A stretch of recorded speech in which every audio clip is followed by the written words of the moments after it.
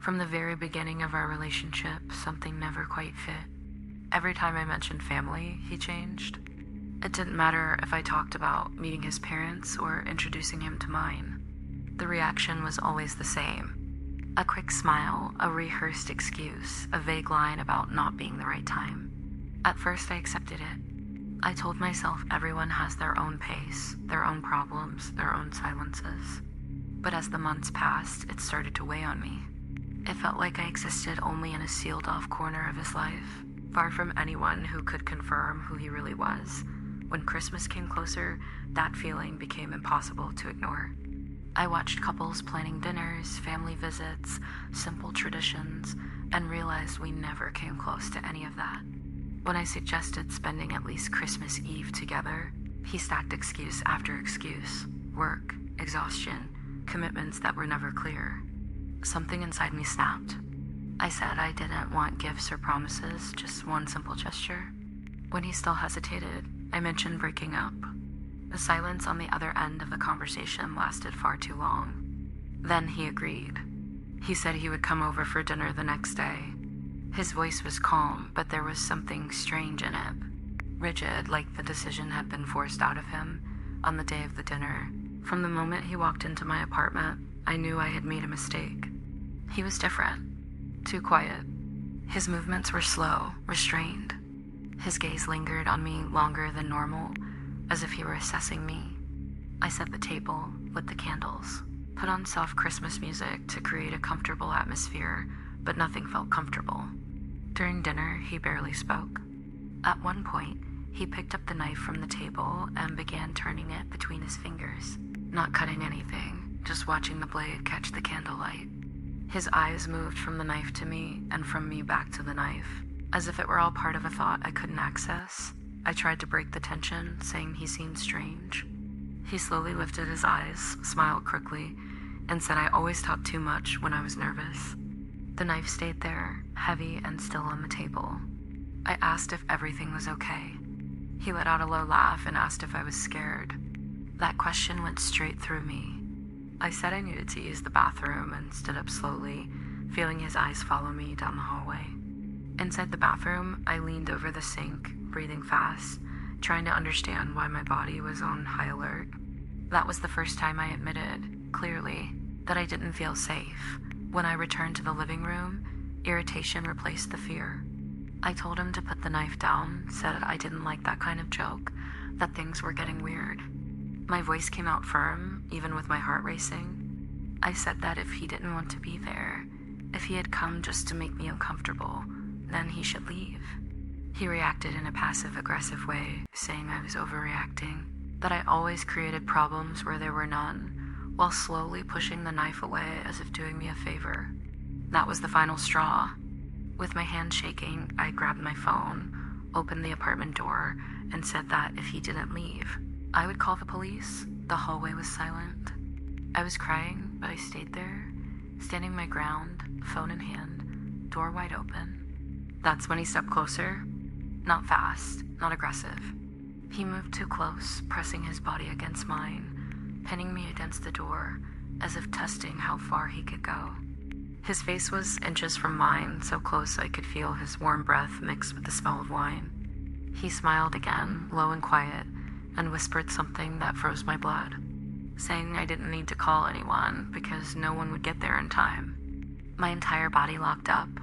I looked straight into his eyes and said, my voice shaking, that if he didn't leave right now, I would scream.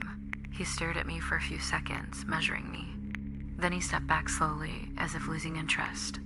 He picked up his coat, his keys, and left without rushing, giving me that same strange smile before disappearing down the hallway. When the door closed, my legs gave out. I collapsed. I cried that night until my body hurt, and I kept crying for weeks, unable to fully understand what had happened. It wasn't just fear. It was confusion, shame for not seeing it sooner, and the constant feeling that something very wrong had come dangerously close to me days later. He sent a message saying he missed me, as if nothing had happened. That chilled me to the core. I didn't reply. I blocked his number, deleted everything, cut off all contact. Even so, he tried to reach me in other ways, more than once. By then, I had come to a conclusion I could no longer ignore.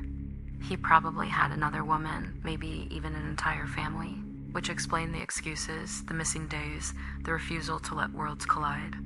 When I told him I would file a police report and that an official notice would be sent to his address, he stopped, completely, disappeared, and only then did I understand.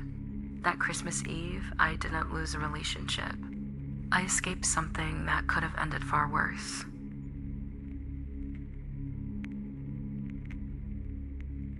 I had been sitting at my desk for hours without noticing time passing. The glow of my computer screen was the only light left on that entire floor. My eyes burned, my shoulders ached, but I kept typing nonstop, with that suffocating feeling that one mistake could cost me my job. My boss had dumped that assignment on me right at the end of the day, with that cynical smile of someone who knew exactly what he was doing. It was Christmas Eve. And even so, he made it very clear my position was on the line. I needed to deliver it perfectly, so I buried myself in the work, ignoring everything around me. It was only when I stopped to save the file that I noticed the silence. A strange, heavy silence. I lifted my eyes and looked around at the other desks. One by one, all dark. No lights on, no bags hanging from chairs, no forgotten coffee cups. Everyone had gone home. Everyone was back with their families, their Christmas dinners, and I hadn't even noticed. I was so immersed in the fear of losing my job that I didn't realize when the entire floor became empty. My stomach twisted with that late realization. I was completely alone. I tried to laugh it off, pretending it was just another long night at work. But something about the scene felt wrong. The office felt too big, the shadows too long, the reflections on the glass looking like eyes watching me. I grabbed my bag in a hurry, shut down my computer, and walked toward the elevator, feeling that anxious relief of finally leaving. I just wanted to get out, get home, see my family, feel like I still belonged to the world outside. I had no idea that simple wish was about to turn into fear. I pressed the elevator button over and over, even though I knew it wouldn't make it come any faster. The display took a long time to light up, and when it finally did, it was stuck on another floor. Unmoving, I waited seconds, then minutes, until it became clear nothing was going to happen. A chill ran down my spine. I decided to take the stairs. The sound of my footsteps echoed far too loudly in that empty building, like I was making noise on purpose so someone could hear me. Each floor felt colder than the last, the air thick and hard to breathe. I tried to push away the bad thoughts, telling myself I'd be in my car and on my way home in a few minutes. But my body didn't believe it. When I reached the ground floor, I pushed against the glass door. It didn't move. I tried again, harder, blocked. I looked around for the security desk, but it was empty, lights off, chair vacant. That didn't make sense. Even on holidays, there was always someone there. With shaking hands, I pulled out my phone and called the company responsible for the building. It rang and rang. No answer. Each attempt felt like the silence was mocking me. Time kept slipping away, the night growing deeper, while the world outside celebrated Christmas without knowing I was trapped inside. After many tries, someone finally answered. The voice on the other end sounded distant, uninterested. I explained everything too fast, almost crying. He said it would take some time before someone came back to unlock the building. Sometime sounded dangerously vague. I hung up with a knot in my chest and headed toward the parking garage, thinking that at least there I'd be closer to my car, closer to the exit.